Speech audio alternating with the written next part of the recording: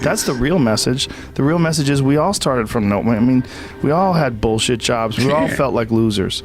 But through time and effort, you build a stronger human. You build a stronger body. You build a stronger mind. You build accomplishments and will and momentum.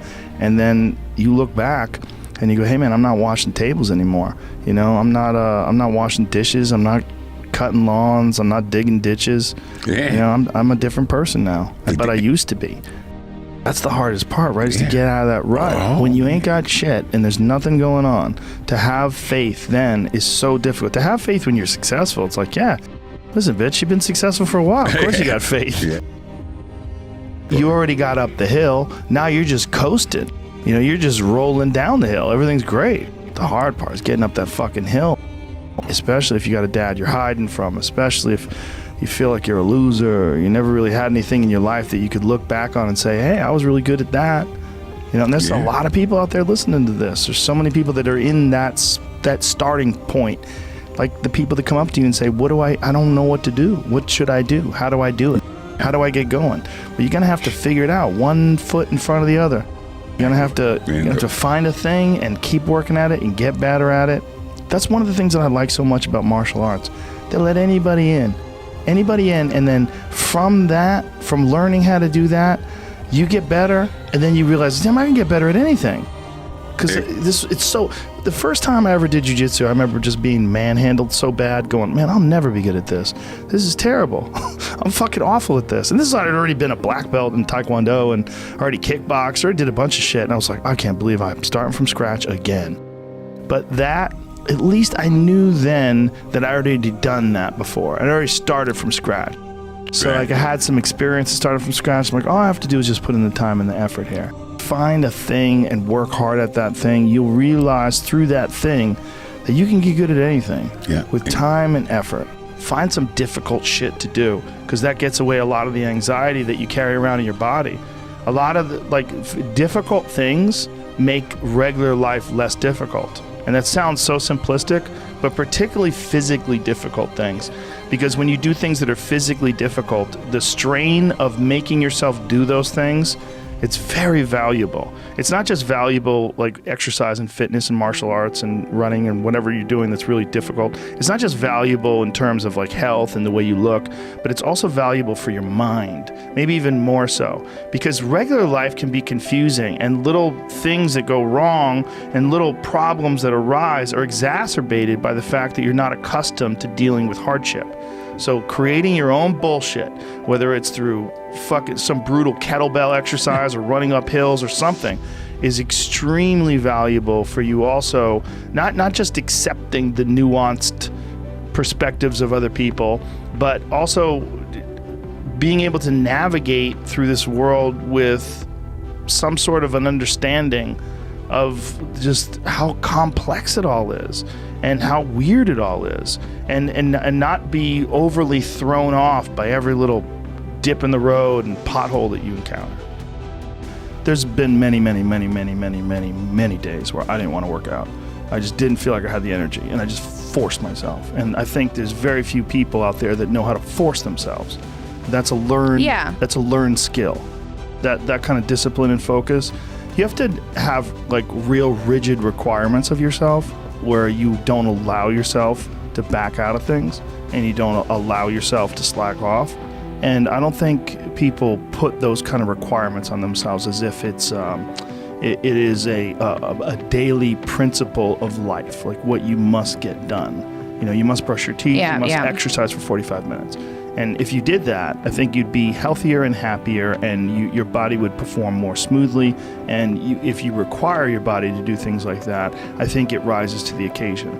There are very few people that have that kind of discipline. So because of that, they come up with excuses. And excuses are a giant part of the problem. It's not simply a physical health issue. There's also mental aspects of it, and discipline's a big one. I just know way too many people who are weak mentally. And I can't just chalk it off to only, you know, their physical, the way they physically feel, because I felt like shit 100 times, and then I worked out and then I felt way better. It's just a fact of life. That's real. You know, you just got people don't know how to do that. And it's not and if you're used to doing this, get in your car, sit down, drive to the office, sit down, go to the lunch, sit down, you know, go to the board meeting, sit down, get in your car on the way home, sit down, get home in front of the TV, sit down, then go to the gym, fuck off. They don't have any energy. You know, their body's like, I don't have it in me to do this. And I don't believe that. I think it's a lot of it is the mindset. That's really what it is. It's like, I'm sure a lot of it is diet, and a lot of that diet affects their physical health. But there's been many, many people that have just put their foot down and said, enough, I'm going to change my life. And they don't take any excuses, and they feel way, way better. Diet is most certainly a part of that, but there's also a discipline aspect. And these things are not mutually exclusive. They exist together. They're all together. And they work symbiotically. The way your mindset affects the choices you make with your diet. And the mindset also affects the choices you make in terms of like whether or not you require yourself to exercise. And I think these are critical aspects that people like to gloss over, or they like to make excuses about.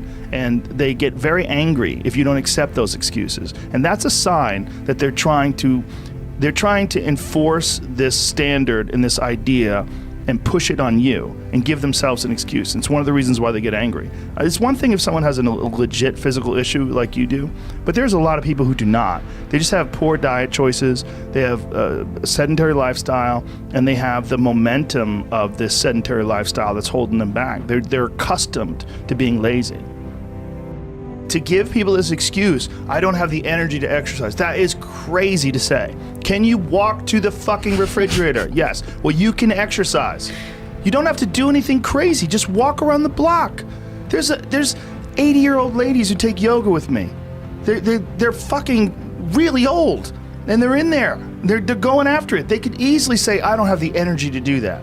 But they don't. It's a mental attitude. They make a decision. You don't have to go to a CrossFit class and try to do the workout of the day. You don't have to go nuts and do clean and presses with 150 pounds. You don't have to do that, but you have to do something. Just get your blood moving. Your body has requirements. It wants to move. It really does. And when it does, you feel better. This thing that we all have, everyone has, and not just me, I mean everybody that does anything has. And it's like this voice in your head that wants you to do nothing. This voice in your head, and he calls it resistance. And he talks about this resistance that is in your head, and that you have to decide that you are a professional. This is what a professional does. A professional goes to work, and they give in to the muse. Okay, the concept of the muse, whether or not it's real, but the concept of the muse is you settle in and receive creativity almost like as a divine gift from this magical entity, the muse. Now, whether or not it's real is not important. What's important is if you treat it as if it's real, it does work.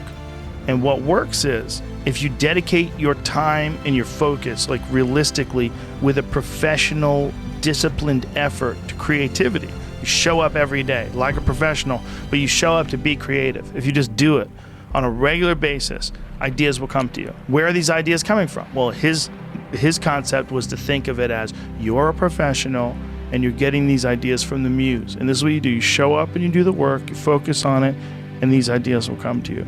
And that's really true. If you really stop and think about it, if you write something, whether it's the most brilliant thing you've ever written or whether you're not good at editing and it turns out to be dog shit, where's that coming from, man? You're just sitting down in front of your laptop and these thoughts are coming to you, and all of a sudden you're talking about a kid who's riding a bike and he gets attacked by a werewolf. Like, where the fuck is this coming from? If it's not coming from the muse, where is it coming from? Well, it's coming from my creativity. Okay, do you know how to access your creativity like you can blink?